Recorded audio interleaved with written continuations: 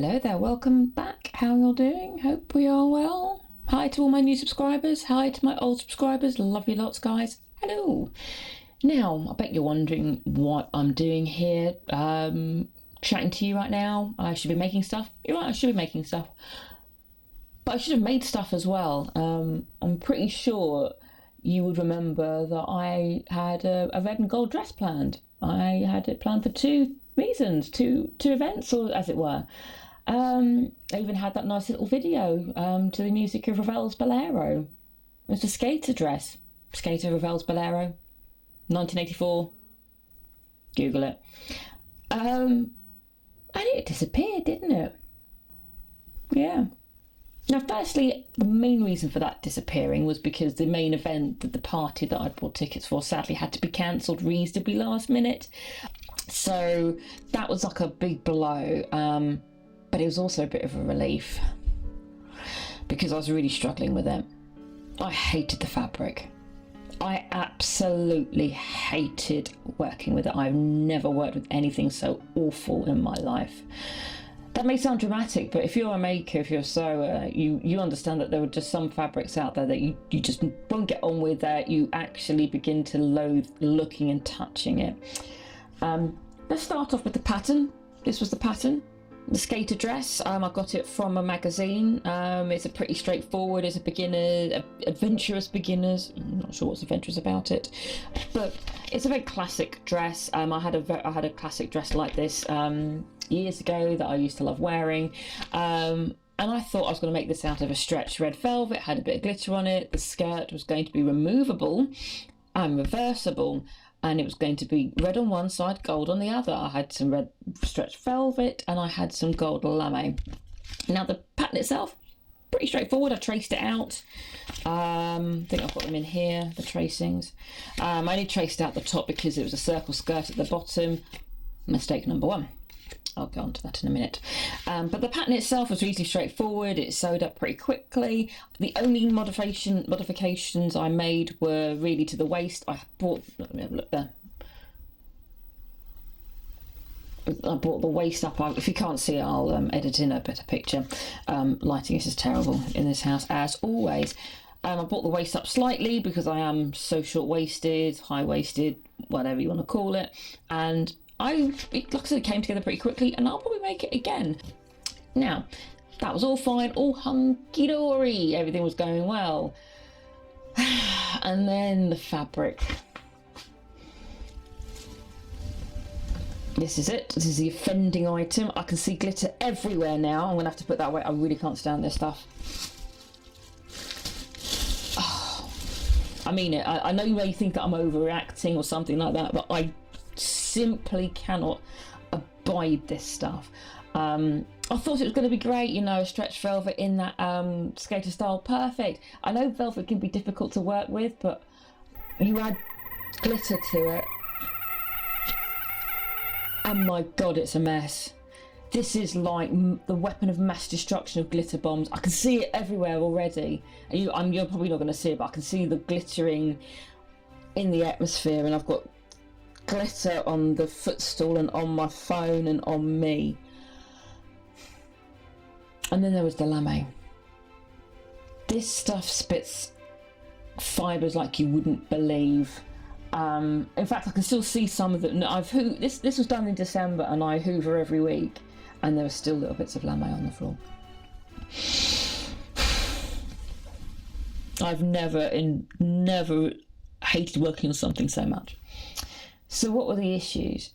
Well, they shifted everywhere. You couldn't get a flat. It would not lie flat. You couldn't get straight of grain. You couldn't get anything. They shed fibres like you wouldn't, like I said, like you really wouldn't believe. They wouldn't line up. They wouldn't sew properly. The lame, I think there was a I've never sewn with it before. So if you ever have, please let me know in the comments how you've dealt with the snagging, because I put a new needle in, snagged. I didn't pin it, snagged. But it didn't snag all the time. That's the thing, it didn't snag all the time. It snagged when it wanted to. So basically, yeah, Now, this is not anything on the place where I bought the fabric from. Some people will be able to work with this just fine and they will enjoy it. Me personally, hated it.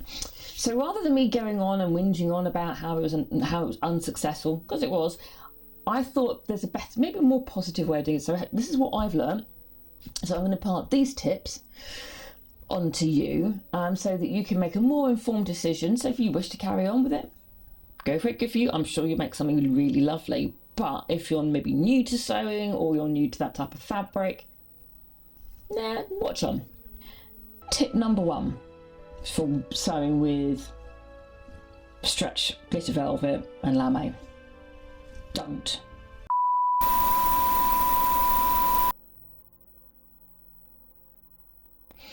Have a lint roller to hand. These are only some of the lint rolls I had to use. Lint roll after every time you cut the fabric, you manipulate the fabric. It just helps to gather all the little fine bits. It's like an immediate kind of damage limitation.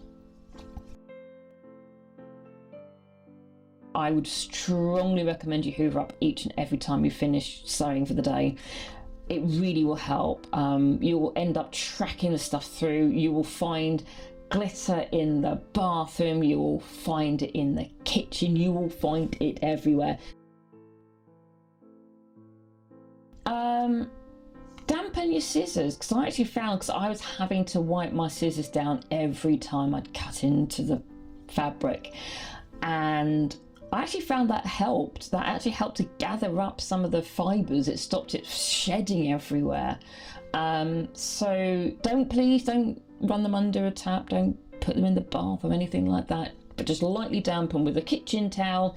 Wipe it on. So cut it, then wipe it off, and then just give it another damp. So you will go through a lot of lint rolls. You will go through a lot of tissue. But if you would like to work with this type of fabric, in order to keep your sanity, that will really help.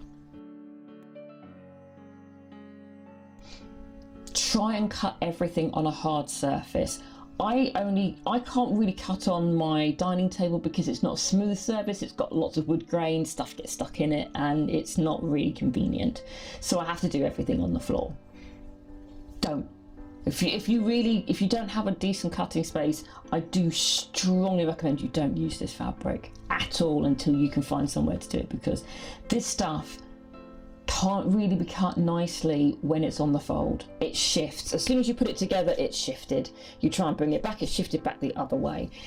It has a life of its own. It's almost sentient.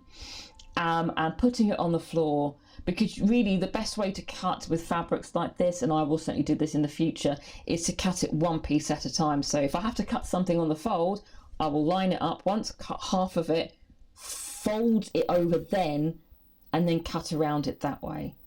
Because if you put it together, so if you fold all the fabric up like you would normally do, you're in for a whole world of hurt. And if you can do it on a flat surface, like a proper cutting table, it will save you so much trouble. Obviously with stretch stuff, you need a stretch stitch, or at least a zigzag stitch. If it's going to be something quite tight, very tightly fitted, you would maybe want to consider a proper stretch stitch, just because it will help with the seams.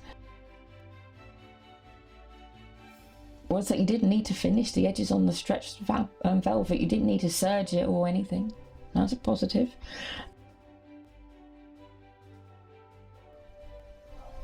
Do honestly consider other options. I know this sounds really negative, but if you want to make something you really want to wear, whether it's for a special occasion or it's for everyday wear, you want to really try and enjoy the process. The moment you start to get to the point where you can't even look or even touch the fabric, the whole thing's it's ruined. So have your pattern pinned properly and pin as much as you can. Pin it down, pin it in the middle, pin it around the sides, so it doesn't shift. Pattern everything out. Now I remember I think I said, or at least in a different edit. Anyway, I didn't cut out the pattern, trace out the pattern for the skirt, the circle skirt, because it's a circle skirt. Why do you need to bother? with difficult fabrics, slippery fabrics like that, tip number 6, cut out all the patterns. Do not try and fudge it. Even if you've been sewing like me for over 20 years, please don't fudge it. I could not get this stuff to line up for love nor money. Now, I know this is quite a bit of a downer kind of video, but sewing really should be fun. Yes, we all have challenges, and there'll be times when you go, well, I'm never doing that again. But I actually never felt so miserable working on the fabric than I did with this stuff. And I don't want anybody else to do that. So if you're looking to start, think about those tips. If you're looking for an adventure, that is one.